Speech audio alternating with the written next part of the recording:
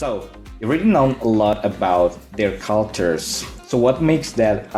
What makes you great at specific cultures? Let's just say, what makes you choose when you went to Yogyakarta and you just like, yeah, because I know Japanese. Why don't you choose like Sumatras or Sulawesi or like Papua? Oh. Something kind of like that. I mean, because you are already known about a lot of Japanese. Why didn't you choose something different? Okay, I guess it was the reason why I chose Yogyakarta. It was because so basically it was scholarship program that Scholarship. Yeah, it was a Oh, scholarship program. So you got a scholarship in Yeah. Yogyakarta. Yep. So the students that basically were doing the scholarship program, they had they had options of choosing between 5 different schools across different cities in Indonesia. So one is Yogyakarta, and then we also have one in Jakarta, in Pondok Cabe, if I'm not mistaken, and then one in Semarang, and then one in Aceh, and then another one is in Bandung. I chose Yogyakarta because out of all that, I think I'd get along better with like the people in Yogyakarta. And aside from that, my mom had told me that, okay, choose Yogyakarta is like the first city that you should go to, definitely. So yeah. Yeah, because you already know a lot about Java. Yeah, that's true. Very much. When you were in Yogyakarta, you must find something. You must find something new, or even like you might have the culture shock. So what is the first culture shock when you were there? Like you're being homesick, and after that you're being like, oh, it's very common. It's very like, okay, I know it's normal, and sometimes you're gonna be like, oh, okay, I'm gonna accept it, and then you're like being a local after that. Okay, so basically at first it was basically my my earliest time there was just trying to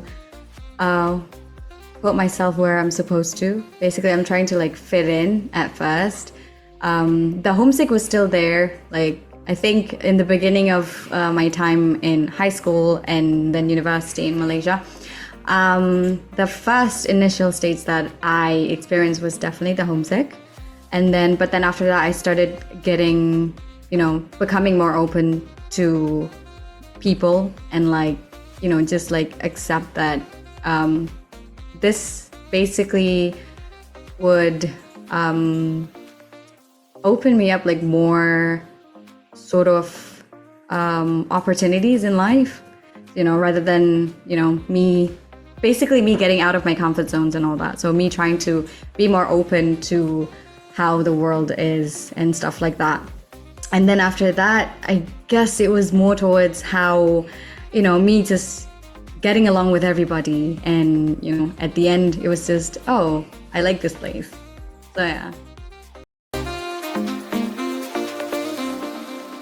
I guess the only tip that I would be able to give to everyone out there who's listening, I guess it's just because it has to come down to the why you were there, what your purpose was, and keep remembering why you were there for and stuff like that. And because I know that if you have made that big of a decision in your life, basically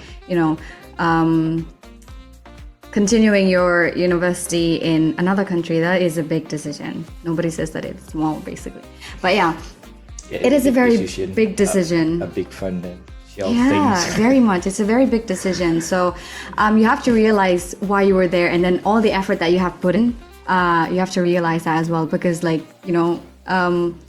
of course, you're gonna get through all the ups and downs like throughout your journey. But that's normal. Everybody goes through that. So it's a normal thing for you to experience. So just realize that why you were there in the first place, and know that at the end of the day, that entire experience will make you a better individual. So yeah.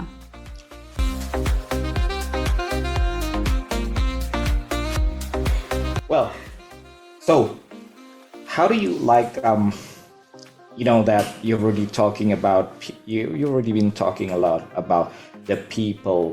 Like, how do you deal with the people from the Japanese? I mean, like when you were like still being homesick, you're still having homesick, and then you have mentioned that you were approached by one of your like boarding room friends, right? So how did you how do you feel when you were being approached by the people right there? I'm not gonna lie though, the first time I saw her walking towards me, because I was basically just like sitting down in bed, sobbing because I was just sad. My mom wasn't here with me and all that.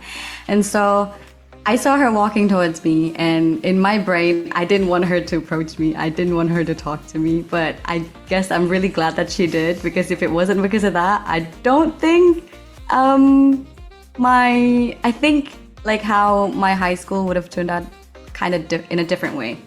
So I'm still glad, like, even though like at the time I didn't exactly want her to approach me, because I was just like, please don't, I really don't want to like conversate with anybody. I just want to be sad and all that. But I'm still glad she actually did it. Yeah. So at the time you didn't want to be friends with locals, with anyone. It's not that I don't want to be friends with them, but it was just because I don't know, I was just sad and I just wanted my mom with me, like, so you want to, you like solitarily, right? Yeah, at the time, okay.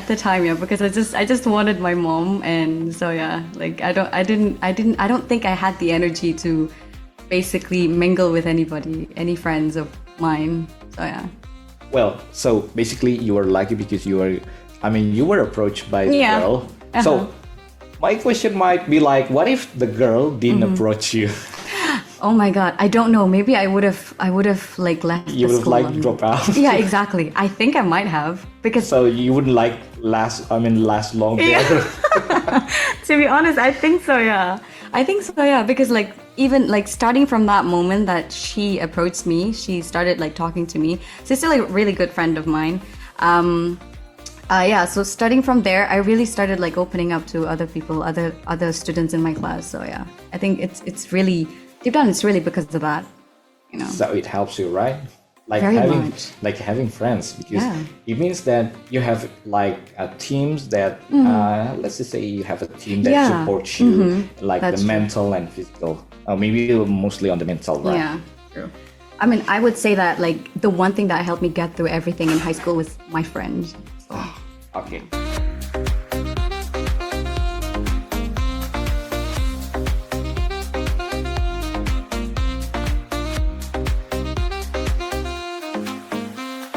Apakah jadi membatasi kita untuk berpergian, Mbak Nadia? Gimana menurut Mbak Nadia nih? Kalau menurut aku sih ya, jujur, kalau misalkan negara yang dituju itu mayoritas emang berbahasa Inggris, kayak contoh ke Inggris atau ke US atau ke Kanada dan lain-lain, Australia gitu-gitu ya.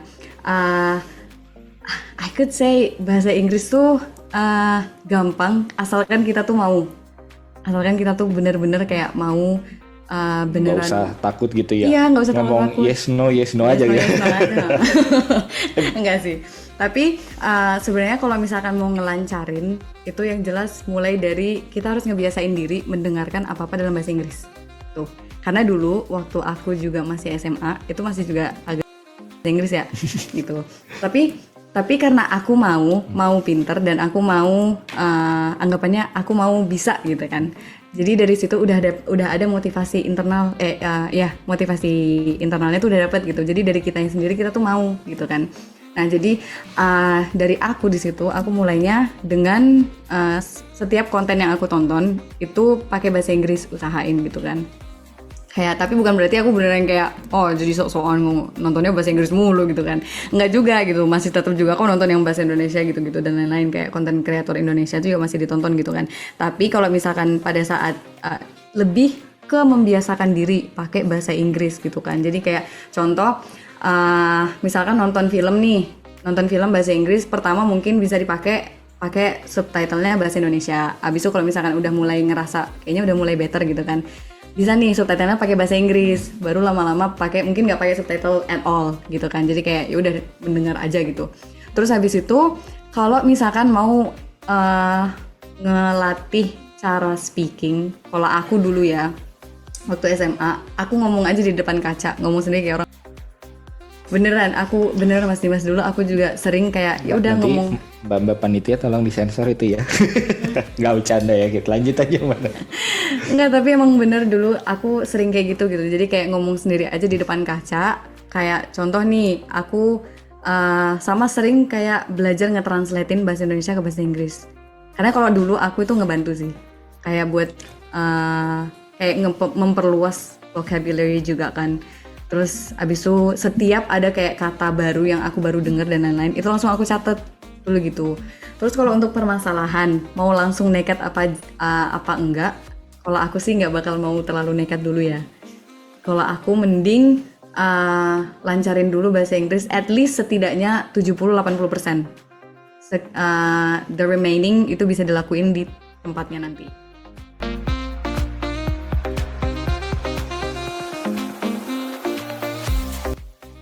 Seperti ini nih. Biasanya ya, emang kalau di tempat kerja tuh yang paling susah pasti mengkoordinasi antara kayak rekan kerja, sesama rekan kerja gitu kan. Pasti koordinasinya bakalan susah kan. Dimana tambah di tempat kerja tuh pasti semua orang punya beda-beda perspektif gitu.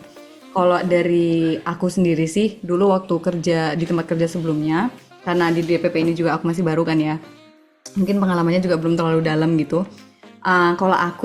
Kalau misalkan emang ada kayak yang suatu hal yang kayak kok kayaknya belum lurus gitu, diusahakan untuk kayak ya udah dilurusin aja dulu. Jadi kayak kalau misalkan perlu nggak terlalu dibikin kayak terlalu kelihatannya kayak sebuah confrontation gitu.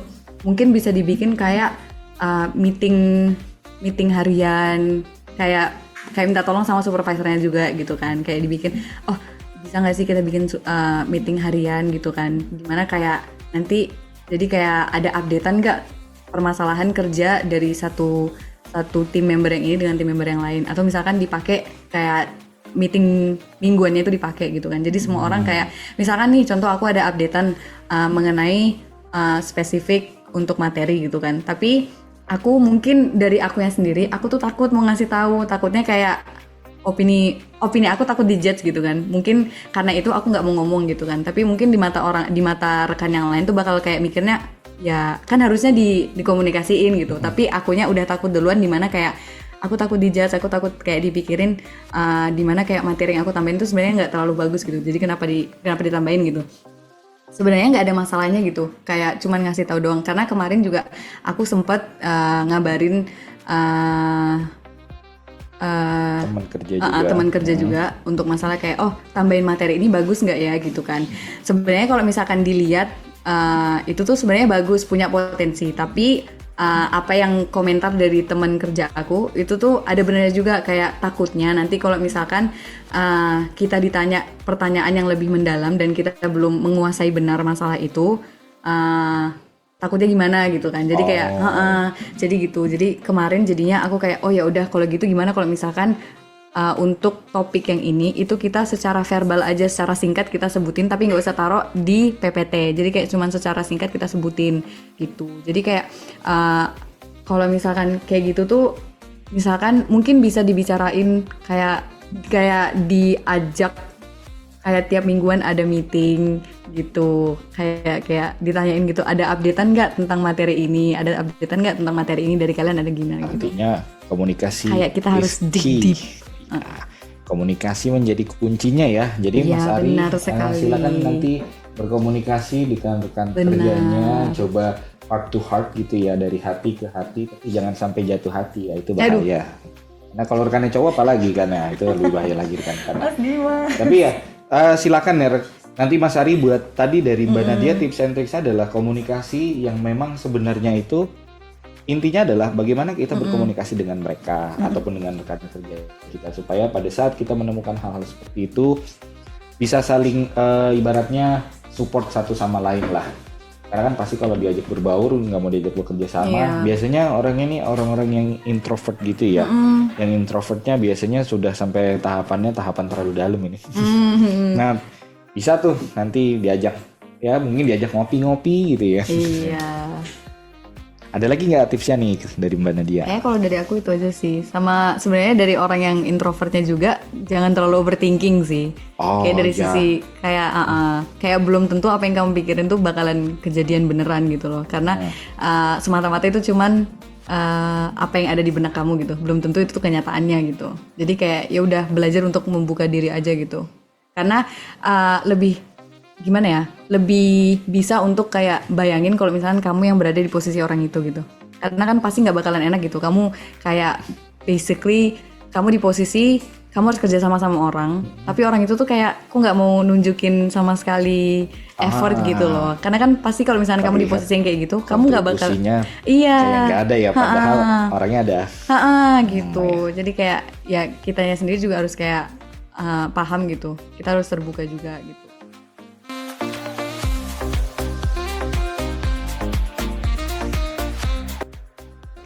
Nah, pendatang. Oke, Mas Raihan ini berarti orang baik nih, kita lihat ya. Wah, keren banget. Kalau dari Mbak Nadia, apa nih yang menurut Mbak Nadia? Kalau ada pendatang, kita mau ngebantu mereka supaya nggak culture shock ya.